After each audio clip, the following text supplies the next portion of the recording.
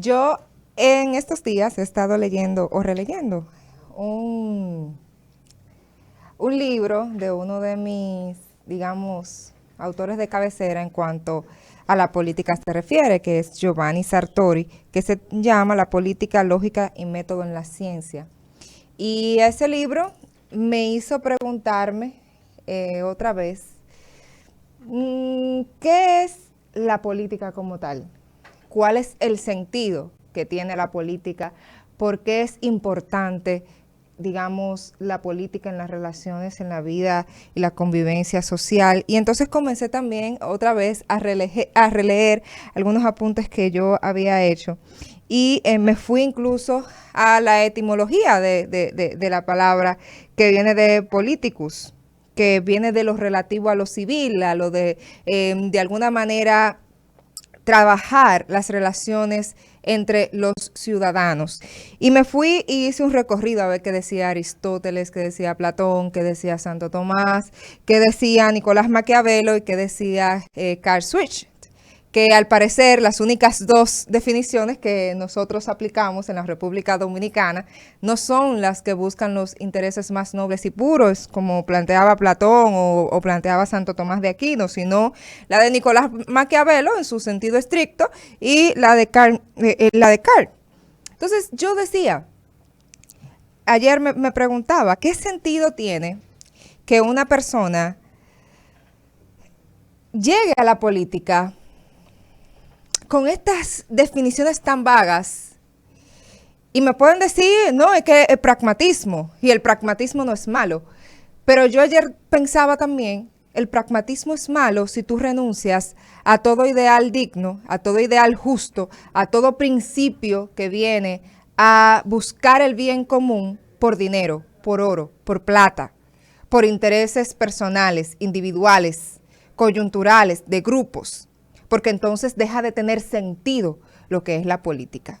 Deja de tener sentido el espacio de intermediación entre gobernantes y gobernados. Deja de tener sentido, en esencia, esa ciencia que lo que busca es generar bien común, que lo que busca es generar oportunidades homogéneas para todos y todas, desde una concepción del Estado en el que el Estado debe ser el regente y el garante de esas oportunidades homogéneas e igualitarias o igualitarias para todos y cada uno de los gobernados.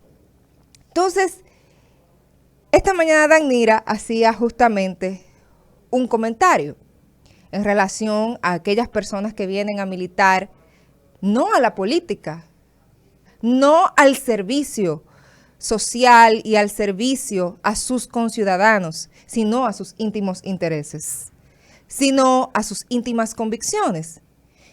Y yo he sido muy crítica de los partidos políticos en ese sentido, porque los partidos políticos tienen que, de alguna forma, concientizar a aquellas personas que deciden asumir las banderías políticas de sus organizaciones, en el sentido de qué es lo que es la política, qué es lo que busca la política, cómo nosotros podemos trabajar desde los diferentes estamentos del Estado ese bienestar común, porque decía Juan Pablo Duarte, y lo voy a aterrizar porque yo les mencioné tal vez filósofos griegos, les mencioné otras personas, sobre todo el continente europeo, que planteaban y tenían sus aseveraciones de qué es la política o la concepción de lo que es la política. Pero el nuestro Patricio, nuestro padre fundador, también tenía una concepción clara de lo que es la política y decía que es la ciencia más noble entre todas las ciencias porque lo que busca es el bien común. Entonces, cuando nosotros entendemos esa aseveración, cuando nosotros interiorizamos esa aseveración y la ponemos en práctica en nuestro diario vivir, entonces nos estaríamos dando cuenta de que real y efectivamente el político, el que se dedica al ejercicio de la política, porque es una profesión y usted tiene que formarse para entender el aparato del Estado, cómo funciona, para tener propuestas orientadas a ser un servidor público responsable, coherente en su accionar, pero también usted tiene que tener un compromiso ciudadano y moral. Porque el político tiene que tener estatura moral. Porque la moral y la ética van de la mano o deben ir de la mano en el sentido estricto con la política. La política no es una práctica, es una ciencia y usted debe prepararse en esa ciencia. Usted debe formarse en esa ciencia para que entonces usted pueda entender cómo es que desde la política se impulsan transformaciones que beneficien a las grandes mayorías. Y en la República Dominicana lo que nosotros lamentablemente hemos tenido es que aguantar que año tras año personas sin formación, sin entendimiento siquiera de los conceptos y principios éticos, morales, más básicos de lo que es la política, nos gobiernen. Eso que pasa en el Congreso de la República Dominicana y en muchos otros estamentos de nuestro Estado, de que no existen los frenos y contrapesos reales en los diferentes poderes. ¿Usted sabe por qué es? Porque no hay una concepción real de lo que implica ser un político.